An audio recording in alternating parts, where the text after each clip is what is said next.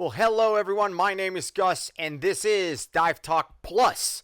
And today I want to talk about something that perhaps is controversial in the scuba diving community or instruction, however you want to see it. I actually learned this from Achim from Inner Space Explorers, and it's one of those things that you've been doing something for a long, long time, and nobody knows why, but you just keep doing it, and then he kind of explained it to me, and I'm like, that totally makes sense.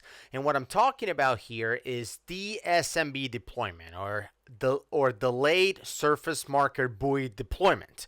And you learn this skill, early on. I would say when you do your open water class, you learn how to deploy an SMB, a surface marker buoy. You do it at the surface. So the idea is this safety sausage, however it's called, this thing you deploy on the surface to make it easy for the boats to spot you in the water and come to you and get you.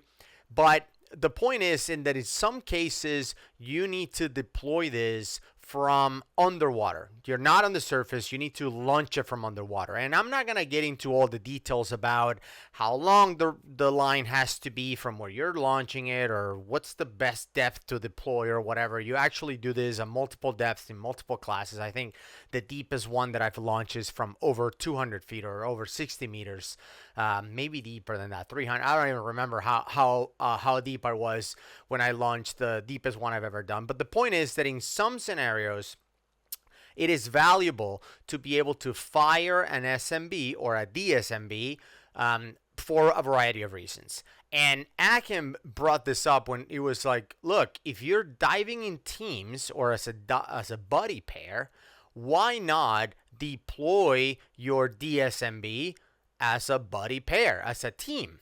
And it's one of those things that I'm like, yeah, why don't you do it as a team, right? It's one of those things that nobody teaches for some reason. Now, I will say this before you start hammering in the comments, all these super expert instructors, Navy SEALs that we have sometimes watching our videos and telling us that you should never do this as a pair. You should know how to do this alone. I agree with you. You should know how to do this alone. And actually in the class, you learn how to do this on your own. But if you have a buddy and you can do it as a team, then why not do it as a team? It doesn't make any sense not to. And it's one of those skills that you feel like, I wish I had 3 arms to do this. I wish I had 4 arms to do this. It would be so much easier to do it if you had more than 2 hands, more than 2 arms. Well, you do if you use your buddy. So should you be able to do it alone? Like if there's an emergency, you lost your buddy, you're by yourself, you need to launch a DSMB? Absolutely. You should know how to do it alone. But if you can do it as a team, definitely do it as a team. So I was about a month and a half ago, I was teaching a Go class. We had finished the class, and my student Blake was gracious enough to kind of, let's do this together as a team. Without practicing, without even talking about it, I just mentioned to him after we were done, and we were just doing a fun dive at that point. Launching a DSMB alone is one of the skills that we do during the Go CCR training. But I said, look, let's just do it as a team. Let's see how it goes. Without planning, without practicing, what's the worst that can happen? So we were literally underwater, and I handed my camera to somebody who was there watching us. And I said, go ahead and film. So let's just go over the skill.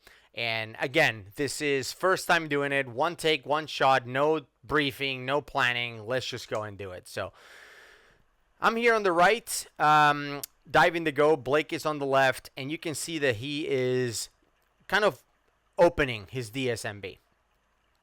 So he's unraveling it. I'm like, are you sure? You're recording? Yep, cool. So we're deploying. You can see I'm already helping him out. Yeah, let's just open this up. We're working together, facing each other. Here, I'll hold the spool.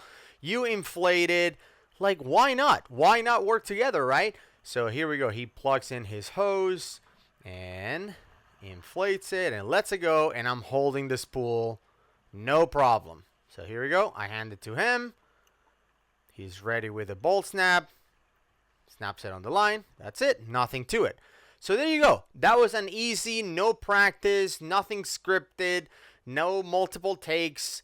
We didn't even talk about who was doing what. It was a very simple buddy pair. Hey, Can we do this together? I looked at him and I'm like, you launch the DSMB. I help him do it. Grab his thing. He inflates it. I hand it to him. Way less risk, in my opinion, of something going wrong during the process. Meaning you release the spool because you're handling, the DSMB, the inflation, and the spool. And I get it. There's tons of videos on YouTube of people showing you what's the proper way to do it. It's like, well, hold the spool with his 2 fingers and the DSMB with his other finger, and like they have all these mechanisms. But why though? If you have a buddy, use your buddy, right? Do it as a team. It's a lot easier. You have 4 hands, less risk. Everybody's involved. Everyone's happy. Everyone gets to participate. Do it as a team. That's my advice. Dive Talk Plus. Make sure you subscribe and hit like if you want more tips like this one, and we'll see you in the next one.